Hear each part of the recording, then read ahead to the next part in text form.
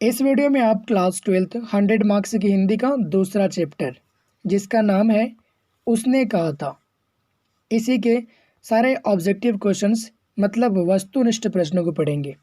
इससे पहले वाले वीडियो में आपने एक्सप्लेनेशन मतलब व्याख्या और सारांश को पढ़ लिया है। अब आपके लिए ऑब्जेक्टिव पढ़ना भी बहुत ज़रूरी है क्योंकि आपके एग्ज़ाम में 50% ऑब्जेक्टिव भी होते हैं। ओके, आइए देखते हैं कि इस चैप्टर से कौन कौन से ऑब्जेक्टिव प्रश्न पूछे जा सकते हैं।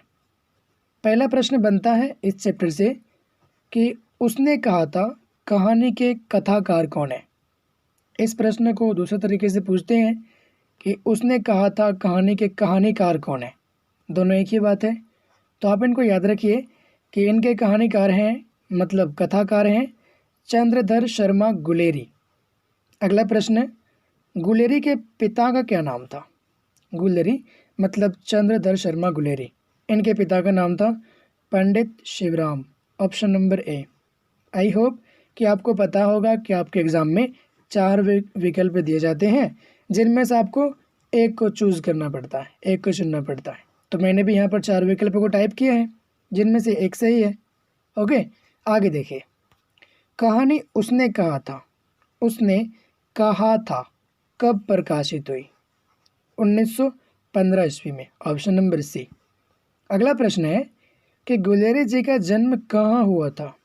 आप इसे भी याद रखिएगा कि इनका जन्म हुआ है जयपुर, जो कि राजस्थान में पड़ता है। आपको पता भी होगा कि राजस्थान की राजधानी जो है ये जयपुर ही है। अगला प्रश्न है सुखमय जीवन किसकी रचना है। पहले विकल्प में चंद्रधर शर्मा गुलेरी, दूसरा है फणीश्वर नाथ रेणु, तीसरा प्रेमचंद्र और चौथा इनमें से कोई नहीं। इसका सही उत्तर है ऑप्शन नंबर ए मतलब चंद्रधर शर्मा गुलेरी। अगला प्रश्न, जर्मन लेफ्टन को किसने मार गिराया था। लेफ्टन मतलब वही लेफ्टिनेंट जो जासूस बनकर खाई में आया था, खंदक में आया था, तो इसको मारा था लहना सिंह ने। Option number B. अगला प्रश्न है सिख राइफल्स के जमादार का नंबर क्या था। ऑप्शन नंबर ए यानी कि 77। आठवां प्रश्न है सरकार ने सूबेदार को जमीन कहाँ दी थी। संजलपुर में, लायलपुर में, जलालपुर में, इनमें से कोई नहीं। याद रखिएगा आप इसे कि सरकार ने सूबेदार को जमीन दी थी लायलपुर में। Option number B. अगला प्रश्न है कछुआ धर्म किसकी रचना है। कछुआ धर्म ये चंद्रधर शर्मा गुलेरी की रचना है। अगला प्रश्न है पुरानी हिंदी किसकी रचना है। ये भी चंद्रधर शर्मा गुलेरी जी की रचना है। नेक्स्ट क्वेश्चन, गुलेरी जी कैसी कविता लिखते थे। इनको देश से प्रेम था तो ये देश प्रेम संबंधी कविताएं लिखते थे। ओके,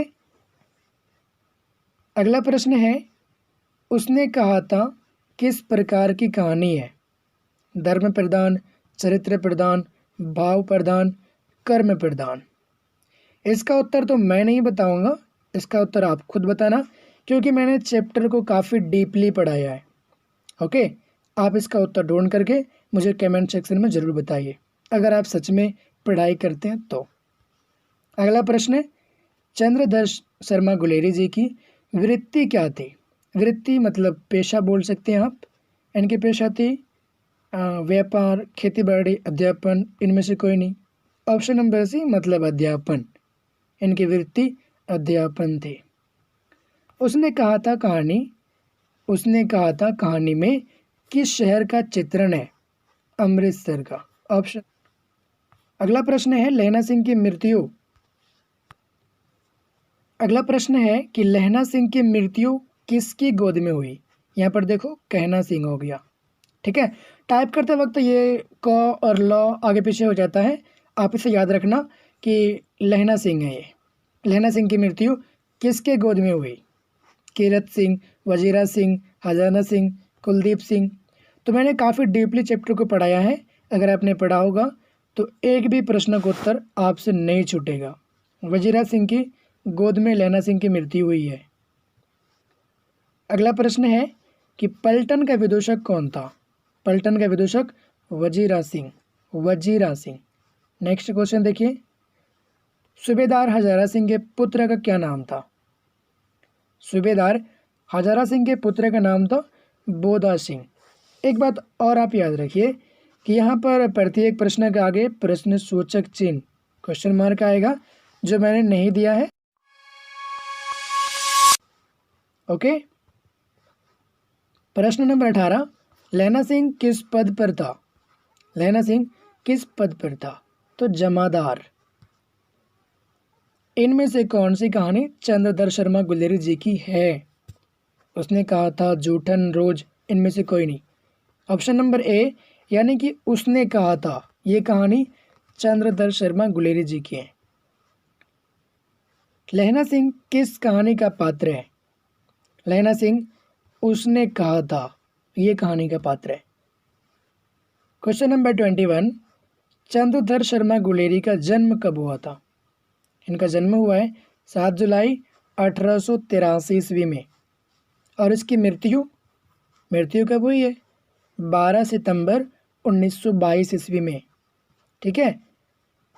अंतिम प्रश्न है कि भारतीय सिपाहियों का किसके साथ संघर्ष हुआ? फ्रांसीसियों के साथ, जर्मनों के साथ, अंग्रेज़ों के साथ, इनमें से सभी। तो इसका सही उत्तर है जर्मनों के साथ, ऑप्शन नंबर बी। एक बात तो मैंने आपको बता ही दिया कि एग्जामिनर विकल्प को बदल भी सकता है, ऑप्शन को चेंज भी कर सकता है, आगे पीछे भी कर सकता है, बट आपको अपना आंसर याद रखना चाहिए। ओके। और एक इम्पोर्टेंट बात आपको बता दूं कि एक वीडियो को बनाने में, क्रिएट करने में काफ़ी टाइम वेस्ट करना पड़ता है। अगर आप एक स्टूडेंट हैं तो आपको इस वीडियो से ज़रूर फ़ायदा हुआ है, आप तो लाइक कीजिएगा, बट इस वीडियो को आप शेयर भी ज़रूर कीजिए ताकि अधिक से अधिक स्टूडेंट इसको देख पाए। ओके, अगली वीडियो में मिलते हैं। Bye, take care.